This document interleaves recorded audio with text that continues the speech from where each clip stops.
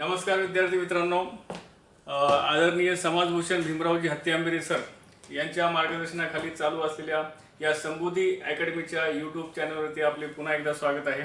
आपण मागच्या काही दिवसांपासून आपण यूट्यूब चॅनलवरती भारताचा इतिहास हा सिलेबस आपण अभ्यास करत आहोत। या विषयाच्या अंतर्गत स्पर्धा परीक्षेमध्ये येणारे जे वेगवेगळे जे कंटेंट आहेत त्याचा आपण सखोलपणे अभ्यास करण्याचा प्रयत्न करत आहोत। हे करत असताना आपल्याला माहिती आहे की मागच्या तासिकेमध्ये आपण अगदी पाषाण युगाचा अभ्यास केलेला आहे, त्याच्यानंतर आपण सिंधू संस्कृतीचा पण अभ्यास केलेला आहे, त्यानंतर आपण वैदिक संस्कृतीपर्यंत आपण पोहोचलेले आहोत।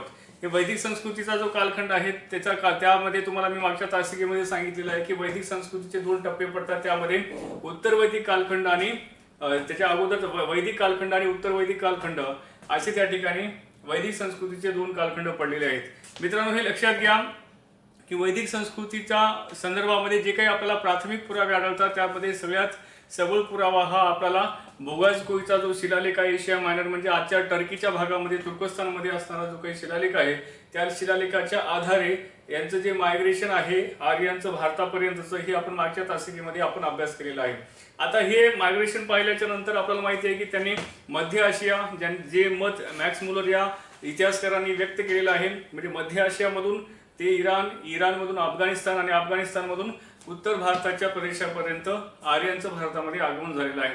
आर्य भारतामध्ये आगमन झालेलं आहे याच्यामध्ये जे वेगवेगळे पुरावे पाहिले आपण, त्यामध्ये एशिया मायनरच्या शिलालेखामध्ये स्पष्टपणे जे काही देवतांची नावं आहेत त्यामध्ये इंद्र आहे, मित्र आहे, नासत्य आहे, वरुण आहे, या चार देवतांची जी नावं आहेत ते एशिया मायनरच्या शिलालेखामध्ये आपल्याला पाहायला मिळतात। आणि ही चारही देवता ज्या आहेत त्या आर्यांच्या ऋग्वेद या ग्रंथामध्ये आपल्याला आढळून येतात। आणि त्यानंतर ऋग्वेदामध्ये आढळणाऱ्या ज्या वेगवेगळ्या देवता आहेत त्यांचा संदर्भ आपल्याला झेंद अवेस्ता नावाचा जो ग्रंथ आहे जो की ऋग्वेदाच्या नंतर रचण्यात आलेला आहे या ग्रंथामध्ये सुद्धा आढळून येतात।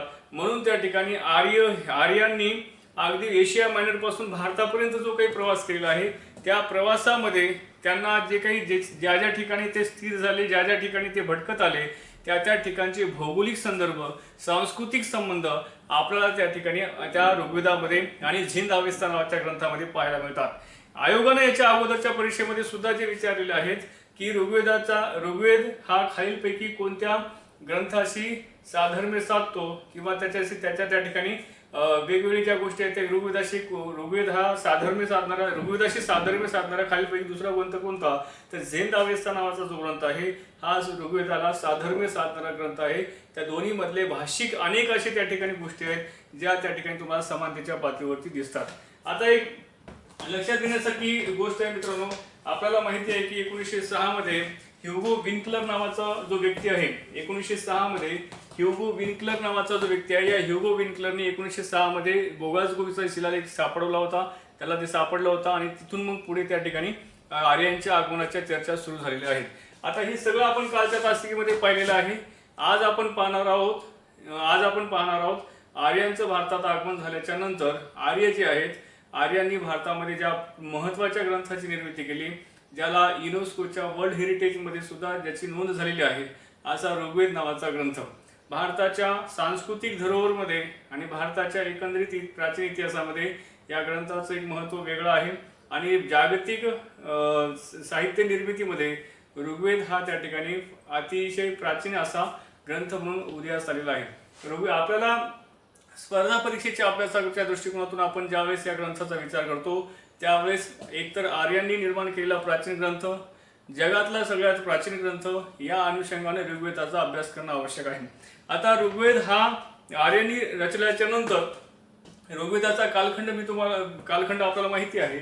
ऋग्वेदाचा जो कालखंड आहे हा इसवी सन पूर्व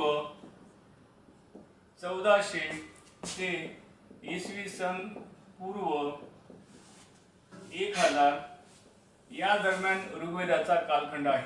आता या दरम्यान ऋग्वेदाचा कालखंड हा रचण्यात आला 1400 पासून ते 1000 पर्यंत हा इसवी सन पूर्वचा कालखंड आहे। म्हणजे साधारणतः हा ऋग्वेद हा पूर्ण होण्यासाठी 400 वर्षाचा कालखंड लागलेला आहे। आता ऋग्वेदाला श्रुती असं समजलं जातं की श्रुती म्हणून ऋग्वेद हा ओळखली जाते। आता श्रुती म्हणजे काय, तर श्रवण करणे, ऐकून त्या ठिकाणी त्या ग्रंथाचं संकलन केलं गेलेलं आहे। आपल्याला माहिती आहे की ऋग्वेद हा एकूण 10 मंडलांमध्ये विभागलेला आहे। मंडल म्हणजेच प्रकरण किंवा अध्याय। ऋग्वेदाची जी रचना आहे किंवा ऋग्वेद नावाचे जे ग्रंथ आहे त्या ग्रंथाचं विभाजन एकूण 10 मंडलामध्ये करण्यात आलेलं आहे। या 10 मंडलामध्ये ऋग्वेदाच्या वेगवेगळ्या विषयांना हाताळण्यात आलेला आहे। या 10 मंडलाचे वेगवेगळे ऋषी आहेत, त्यांनी त्या ऋग्वेदाच्या त्या प्रत्येक मंडळाची निर्मिती केलेली आहे। अगदी या 10 मंडलांमध्ये सगळ्यात महत्त्वाची गोष्ट म्हणजे ही आहे की हा ग्रंथ एका विशिष्ट ऋषीने लिहिला गेलेला नाही। आणि दुसरी गोष्ट म्हणजे ऋग्वेदाला श्रुती म्हटलं गेलेलं आहे। म्हणजेच का तर ते ईश्वरानं त्या ठिकाणी या ऋषींना ते ज्ञान सांगितलं आणि त्यांनी ते ग्रंथबद्ध केलं, म्हणून त्याला श्रुती किंवा मग एका पिढीकडून दुसऱ्या पिढीकडे त्या ठिकाणी श्रवण करून तो ग्रंथ अनेक पिढ्यांपर्यंत तो जतन करून ठेवला गेला, म्हणून त्यांना श्रुती म्हटलं गेलेलं आहे। दुसरी गोष्ट, ऋग्वेदाला अपौरुषीय किंवा वेदांना अपौरुषीय ग्रंथ म्हटलं गेलेलं आहे। याच्यावर प्रश्न आलेला आहे, राज्यसेवेमध्ये सुद्धा याच्यावरती प्रश्न आलेला आहे की खालीलपैकी कोणी वेदांना अपौरुषेय म्हटलेलं आहे तर किंवा अपौरुषेय म्हटलेलं नाही, तर याच्या संदर्भामध्ये प्रश्न विचारण्यात आलेला आहे। तर लक्षात घ्या, वेदांना अपौरुषेय म्हटलं गेलेलं आहे। अपौरुषेय याचा अर्थ जो या लोकांनी घेतलेला आहे तो म्हणजेच काय तर ते मानव निर्मित नाहीत।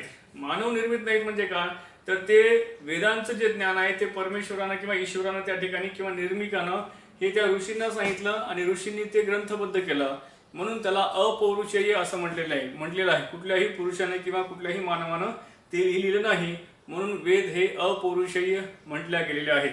दुसरी गोष्ट म्हणजे हे वेदांच्या बाबतीमध्ये झालं। ऋग्वेदामध्ये ज्यावेळेस आपण ऋग्वेदाचा अभ्यास करतो त्यावेळेस आपल्याला लक्षात ठेवणं आवश्यक आहे, ऋग्वेद हा सगळ्यात प्राचीन ग्रंथ आहे। ऋग्वेदाचा संदर्भ झेंद अवेस्ता नावाच्या ग्रंथाशी लागतो। दुसरी गोष्ट म्हणजे काय, ऋग्वेदामध्ये एकूण मंडलांची संख्या किंवा अध्यायांची संख्या किंवा प्रकरणांची संख्या एकूण 10 आहे। तिसरी गोष्ट म्हणजे ऋग्वेदाचं जे विभाजन आहे हे मंडलच्या नंतर त्या ठिकाणी सूक्त आणि सूक्ताच्या नंतर मंत्र असं या टप्प्यामध्ये त्या ठिकाणी ऋग्वेदाचं विभाजन करण्यात आलेलं आहे। याच्यामध्ये ऋग्वेदामध्ये एकूण 10,552 मंत्र, 10,552 किंवा 10,580 याच्यामध्ये त्या ठिकाणी ऋग्वेदाचे एकूण त्यामध्ये असणारे हे मंत्र आहेत। हे जे मंत्र आहेत हे मंत्र ज्या सूक्तांमध्ये विभागले गेलेले आहेत त्याची संख्या आहे 1028। म्हणजे ऋग्वेदामध्ये एकूण सूक्त किती आहेत तर 1028 आणि ऋग्वेदामध्ये मंत्रांची संख्या किती आहेत तर 10,552 किंवा 10,580 हे त्या ठिकाणी वेगवेगळ्या रेफरन्स बुक्स मधून त्या ठिकाणी ही संख्या जी आहे हे 10,552 किंवा 10,580 ही ऋग्वेदामध्ये असणाऱ्या एकूण मंत्रांची संख्या आहे। दुसरी गोष्ट म्हणजे ऋग्वेदामध्ये एकूण सूक्त किती आहेत तर 1028। तर सूक्त म्हणजे काय तर मंत्रांचा समूह, याला म्हणतात सूक्त। म्हणजे एका सूक्तामध्ये कमीत कमी 2 पेक्षा जास्त त्या ठिकाणी मंत्र असतात आणि ती सूक्तांमध्ये असणाऱ्या मंत्रांची संख्या ही जास्तीत जास्त 100 आणि कमीत कमी 2 पर्यंत त्या ठिकाणी या सूक्तांमध्ये मंत्रांची संख्या असते। म्हणजेच काय तर 1028 हे सूक्त आहेत। ही 1028 सूक्त 10 मंडलांमध्ये विभागले गेलेले आहेत आणि त्यांची मंत्रांची संख्या ही एवढी आहे। याच्यावरून त्या ठिकाणी ऋग्वेद या ग्रंथामधला त्या ठिकाणी जो टेक्निकल पार्ट आहे तो आपल्याला यामध्ये लक्षात येतो।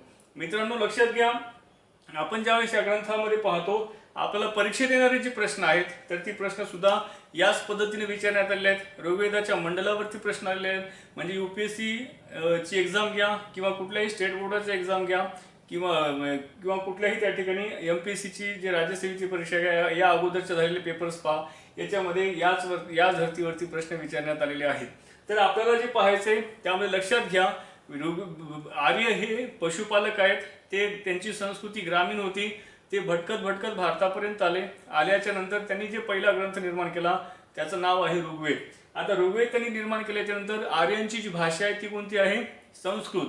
म्हणजेच काय जगामधला पहिला ग्रंथ कोणत्या भाषेत निर्माण करण्यात आला तर तो आहे संस्कृत। आता लक्षात घ्या, तर हा ऋग्वेद निर्माण झाला याच्यामध्ये महत्त्वाची गोष्ट म्हणजे काय, जसं मी तुम्हाला कालही सांगितल्याप्रमाणे की आर्य हा जो शब्द आहे तो अर या धातूपासून तयार झालेला आहे आणि वेद हा जो शब्द आहे तो विद या धातूपासून तयार झालेला आहे। विद म्हणजे जाणणे, ज्ञान मिळवणे किंवा ज्ञानी जे लोक आहेत ते स्वतःला विद किंवा वेद हा त्या ठिकाणी विद म्हटलं गेलेलं आहे त्यांना। त्याला सांगायचं तात्पर्य म्हणजे काय, वेदांची रचना ही ज्या ज्ञानी ऋषींनी बनवली त्यांच्या नावाने ही मंडलं ओळखल्या गेलेली आहेत। आता या ऋग्वेदाचा टेक्निकल पार्ट दुसरा त्या ठिकाणी एक महत्त्वाचा आहे. ऋग्वेदामध्ये असणारे जे एकूण 10 मंडल आहेत, त्या 10 मंडलापैकी मंडल क्रमांक पहिलं व 10वं हे जे काही मंडल आहे हे सगळ्यात नवीन मंडल आहे. नवीन म्हणजे काय, तर ऋग्वेदांची इतर मंडलं ही जुनी आहेत आणि सगळ्यात नंतर लिहिलेली मंडलं किंवा अध्याय कोणते आहेत ते पहिलं आणि 10वं आहे. म्हणजे ऋग्वेदामध्ये एकूण जे काही समजा 10 मंडल आहेत, त्या 10 मंडलापैकी पहिलं आणि 10वं मंडल हे सगळ्यात शेवटी लिहिलेलं आहे.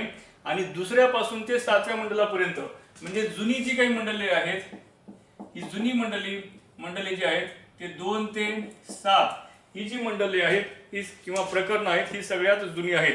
म्हणजेच काय, जर तुम्हाला प्रश्न याच्यावरती झाला की ऋग्वेदामधलं सगळ्यात जुनं प्रकरण कोणतं आहे किंवा मंडल कोणतं आहे, तर ते मंडल तुम्हाला दुसऱ्या क्रमांकाचं सांगावं लागेल.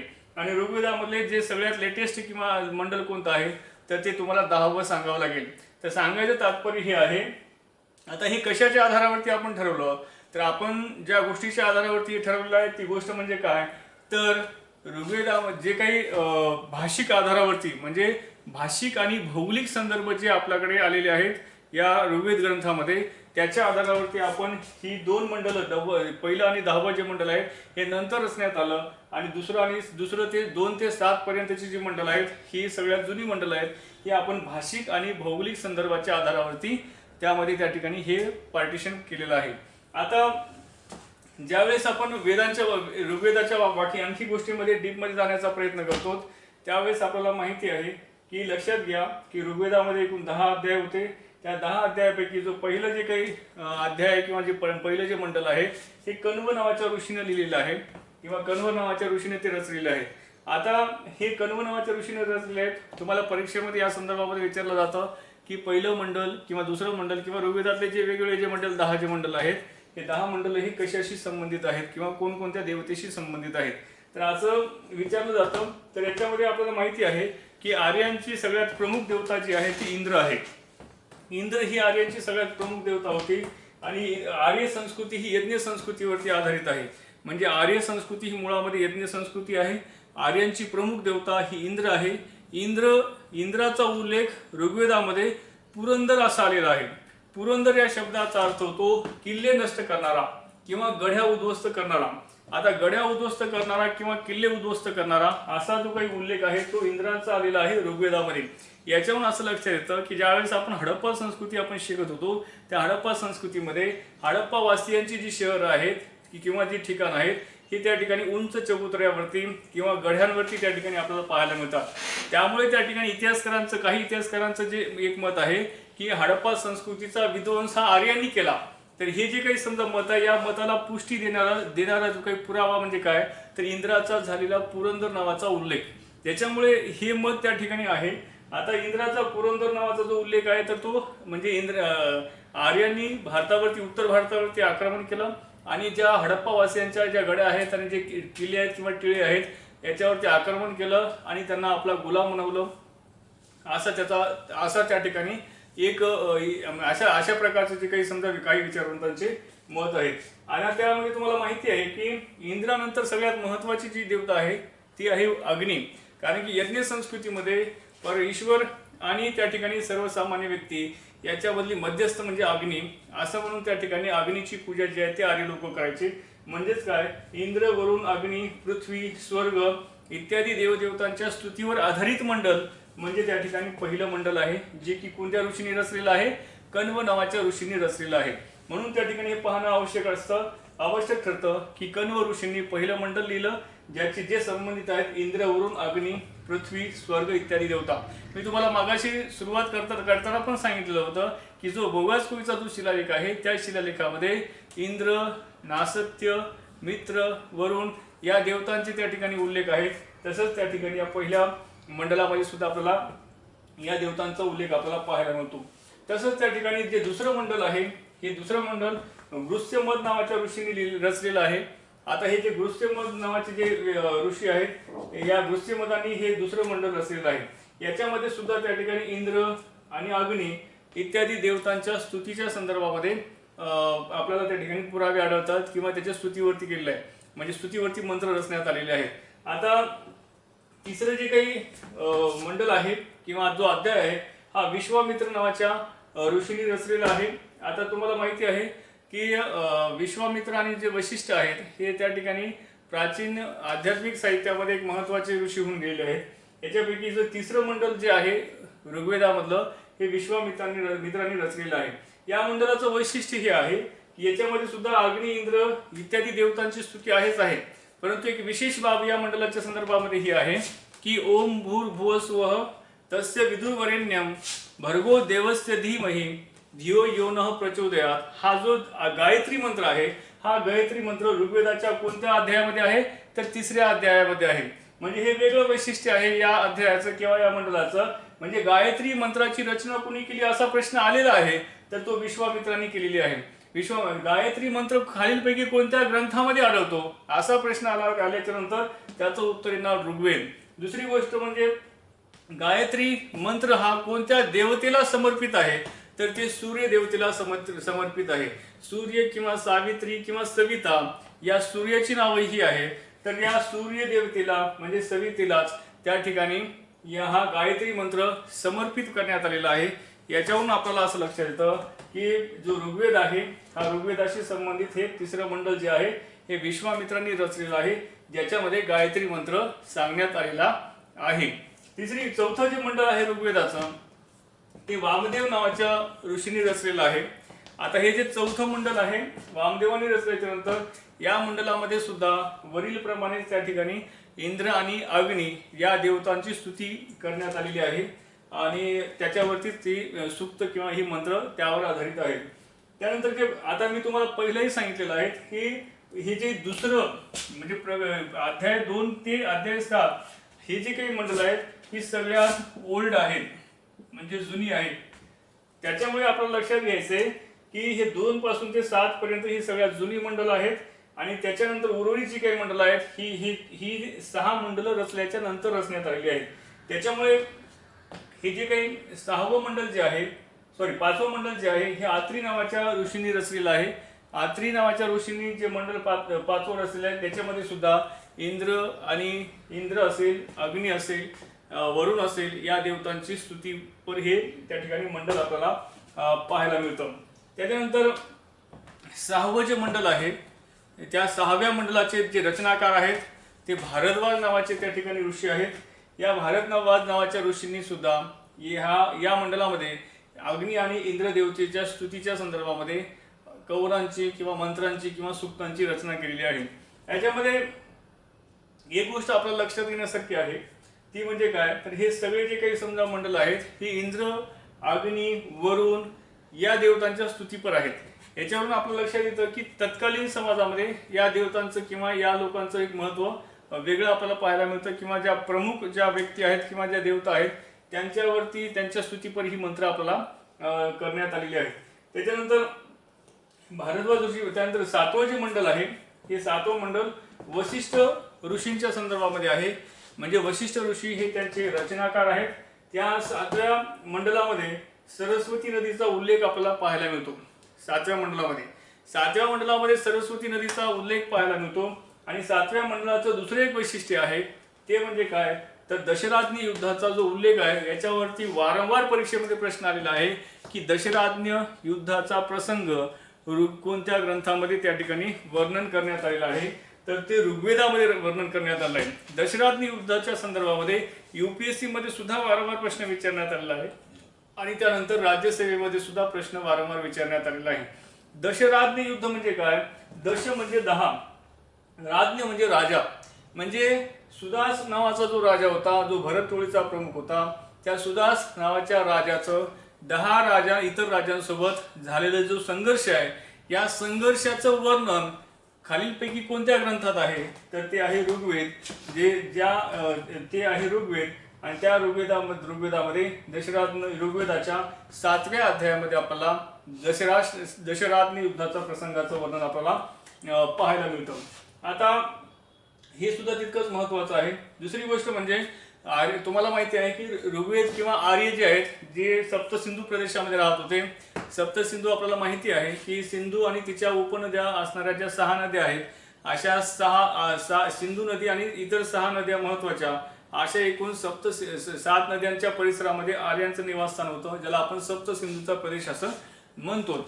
मग या 7 ज्या नद्या आहेत, या 7 नद्यांपैकी एक महत्वाची नदी म्हणजे सरस्वती नदी. म्हणजेच काय तर सिंधू नदी ही आर्यांच्या एकंदरीत त्या ठिकाणी भौगोलिक विस्तारातली एक महत्वाची नदी होती. आणि धार्मिक दृष्ट्या आर्यांच्या सगळ्यात महत्वाची नदी धार्मिक दृष्ट्या जर कोणती असेल तर ती आहे सरस्वती नदी. या सरस्वती नदीचे वारंवार उल्लेख आपल्याला ऋग्वेदामध्ये येतात. धार्मिक दृष्ट्या अतिशय महत्वाची असणारी नदी आहे, ज्या नदीचा उल्लेख आपल्याला 7व्या मंडलामध्ये येतो, जे की एक महत्वाचं आणि एक मोठं मंडल म्हणून आपल्याला त्या ठिकाणी, जुनं मंडल म्हणून आपल्याला त्या ठिकाणी पाहायला मिळतं. जे 8वं मंडल जे आहे, कण्व आणि अंगिरा नावाच्या ऋषींनी 8व्या मंडलाची रचना केली आहे. हे मंडल सुद्धा अग्नी आणि इंद्र देवता याच्या संदर्भामध्ये जी स्तुती आहे ती त्या मंडलामध्ये आपल्याला पाहायला मिळतं. आता दुसरं म्हणजे काय तर 9वं जे मंडल आहे ते कश्यप ऋषींनी रचलेलं आहे. आता एक लक्षात घ्या, कश्यप ऋषींनी हे 9वं मंडल रचलेलं आहे आणि हे सोमदेवतेला समर्पित आहे. आता विद्वानांमध्ये किंवा त्या ठिकाणी इतिहासकारांमध्ये एक मतभेद आहे, ते म्हणजे काय तर सोम हा रस सुद्धा त्या ठिकाणी म्हणून ओळखला जातो. सोम जे आहे हे मद्य म्हणून सुद्धा ओळखलं जातं आणि सोमला त्या ठिकाणी देवतेचं स्वरूप सुद्धा त्या काळामध्ये होतं. तर सोम नावाचे जे काही वनस्पती आहेत, सोम नावाच्या, या हिमालयाच्या परिसरामध्ये आढळत होत्या, हे ऋग्वेदावरून त्या ठिकाणी लक्षात येतं. आता निश्चितच त्याच्यामध्ये मतभेद आहेत, परंतु सोम देवतेच्या स्तुतीपर जे काही मंत्र आहेत ते मंत्र कश्यप ऋषींनी रचलेले आहेत ऋग्वेदाच्या 9व्या मंडलामध्ये. आता त्याच्यामुळे लक्षात घ्यायचं की सोम नावाच्या याच्यावर प्रश्न आलेला आहे आपल्याला की सोम नावाच्या त्या ठिकाणी ऋषींनी सोम देवतेच्या संदर्भामधील स्तुतीपर जे मंत्र आहेत ही ऋग्वेदाच्या कोणत्या अध्यायामध्ये आहेत किंवा कोणत्या ग्रंथामध्ये आहेत, तर ते ऋग्वेद नावाच्या ग्रंथामध्ये अध्याय क्रमांक त्या ठिकाणी 9 याच्यामध्ये सोमदेवतेच्या स्तुतीपर त्या ठिकाणी मंत्रांचा उल्लेख आपल्याला पाहायला मिळतो. आता लक्षात घ्या की जे शेवटचं जे ऋग्वेदाचं जे मंडल आहे ते 10वं मंडल आहे. ते भृगु ऋषींनी रचलेलं आहे 10वं मंडल आणि हे 10वं मंडल हे इंद्र आणि वरुण देवतेला समर्पित आहे. तर अशा प्रकारे ऋग्वेदाची ही 10 मंडल आहेत. 10 मंडलाचे हे रचनाकार आहेत. या 10 मंडलामध्ये 10 मंडलांची एकूण जी काही सूक्तांची जी काही संख्या आहे ती 1028 आहे. याच्यामध्ये मंत्र जे आहेत ते 10,552 किंवा 10,580 आहेत. त्याच्यानंतर त्या ठिकाणी ऋग्वेदामध्ये एकूण 10 मंडल आहेत. या ऋग्वेदातल्या 10 मंडलापैकी मंडल क्रमांक 2 ते मंडल क्रमांक 7 ही सगळ्यात जुनी त्या ठिकाणी मंडलं ओळखली जातात. बाकीची जे काही सगळ्यात नवीन जी मंडलं आहेत ती मंडल क्रमांक 1 आणि मंडल क्रमांक 10 ही सगळ्यात नवीन त्या ठिकाणी किंवा आधुनिक किंवा सगळ्यात नंतर रचलेली ही मंडल आहेत किंवा अध्याय आहेत. आता मित्रांनो लक्षात घ्या, आता ऋग्वेदाच्या संदर्भामध्ये ज्या काही ढोबळ गोष्टी आपल्याला माहिती असणं आवश्यक आहे त्या सुद्धा गोष्टी माहिती असणं आवश्यक आहे. मुळामध्ये ऋग्वेदावरून आपल्याला लक्षात येतं की आर्य हे पशुपालक होते. म्हणजे आर्यांचा याच्यावर प्रश्न आलेला आहे की आर्यांचा मुख्य व्यवसाय काय होता, तर आर्य हे मुख्यतः पशुपालक आहेत आणि इथं आल्याच्या नंतर ते शेती करू लागले. म्हणजे पशुपालन आणि शेती हा आर्यांचा मुख्य व्यवसाय झाला. जसं इंडस सिव्हिलायझेशनच्या बाबतीमध्ये असं आपण म्हणत होतो की इंडस सिव्हिलायझेशन ही पूर्णतः अर्बन सिव्हिलायझेशन होती आणि त्यांचा मुख्य जो काही बिझनेस होता तो तर लक्षात घ्या की ऋग्वेदामध्ये असतो मा सद्गमय हे जे संस्कृत वाक्य आहे, असतो मा सद्गमय हे संस्कृत वाक्य ऋग्वेदामधून घेण्यात आलेलं आहे. जसं गायत्री मंत्र ऋग्वेदामधून घेण्यात आलेला आहे तसंच त्या ठिकाणी असतो मा सद्गमय हे वाक्य सुद्धा ऋग्वेदामधून घेण्यात आलेलं आहे. दुसरी गोष्ट म्हणजे याच्या संदर्भामध्ये आणखी एक लक्षात ठेवायचं आपल्याला की ऋग्वेदाचे जे मंत्र आहेत तर ते मंत्र म्हणणारा जो ऋषी आहे किंवा जो पुरोहित आहे त्या पुरोहिताला काय म्हणतात तर होतृ असं म्हणतात. काय म्हणतात? होतृ किंवा होता हे त्या पुरोहिताचं त्या ठिकाणी नाव आहे. म्हणजेच काय तर ऋग्वेदाचे मंत्र उच्चारणाऱ्या पुरोहितास काय म्हटलं जातं तर होतृ म्हटलं जातं. आलं लक्षात? होतृ किंवा होता हे ऋग्वेदाचे मंत्र उच्चारणाऱ्या पुरोहिताचं त्या ठिकाणी नाव आहे. आता हे जे भाग आहेत ऋग्वेदाचे वेगवेगळे याच्यावरून आपल्याला असं लक्षात येतं की आपल्याला हे ज्या वेगवेगळ्या देवतांच्या संदर्भामध्ये आपल्याला उल्लेख आढळतात. इंद्राचा उल्लेख हा ऋग्वेदामध्ये जवळपास 250 वेळा आलेला आहे. म्हणजे 250 वेळा इंद्राचा उल्लेख याच्यामध्ये आलेला आहे. यमुना नदीचा जो काही उल्लेख आहे तर तो जवळपास 2 वेळा आलेला आहे आणि जे गंगा नदी आहे त्या गंगा नदीचा उल्लेख जो आहे तो एकच वेळेस आलेला आहे. म्हणजे आपण जे म्हणतो की आर्य हे सप्त सिंधूच्या प्रदेशामध्ये वास्तव्यास होते, तर हे म्हणण्याचं जे मुख्य कारण आहे ते म्हणजेच काय, तर ऋग्वेदामध्ये गंगा असो यमुना असो या अतिशय कमी महत्त्वाच्या नद्या आहेत किंवा आर्यांना या नद्या फार उशिरा माहीत झाल्या. त्याच्या अगोदर ते फक्त वायव्य आणि उत्तर भारतामध्ये अफगाणिस्तानच्या आणि भारताच्या उत्तर साईडला त्या ठिकाणी ते होते, म्हणजे गंगा नदीच्या उत्तरेला. हा म्हणून तोच भाग थोडं सप्तसिंधूचा प्रदेश म्हणून ओळखला जायचा. म्हणून त्या ठिकाणी या नद्यांचं महत्त्व जे आहे आर्यांच्या दृष्टिकोनातून हे आपल्याला कमी होतं, हे आपल्याला त्यामध्ये सांगायचं आहे. तर अशा प्रकारे हा ऋग्वेद झालेला आहे. या ऋग्वेदाच्या संदर्भामध्ये जे प्रश्न विचारण्यात येतात तर ते तुम्हाला यावर आधारितच प्रश्न येतील. आता पुढच्या तासिकेमध्ये आपण जे राहिलेले जे 3 जे वेद आहेत, ज्याच्यामध्ये यजुर्वेद आहे, सामवेद आहे आणि अथर्ववेद आहे. लक्षात ठेवायचं आपल्याला, ऋग्वेद हा जो ग्रंथ आहे हा पूर्णतः त्या ठिकाणी यज्ञाच्या वेळी जे मंत्र म्हणायचे त्या मंत्र ज्या ग्रंथातून घेतले जायचे तो ग्रंथ म्हणजे त्या ठिकाणी ऋग्वेद आहे. म्हणजे यज्ञ ही नंतरची स्टेप आहे, पण यज्ञाच्या वेळी पुरोहिताकडून जी मंत्र म्हटल्या जायची ती ऋग्वेदातून म्हटल्या जायची. एवढं आपल्याला इथं लक्षात ठेवायचे. धन्यवाद.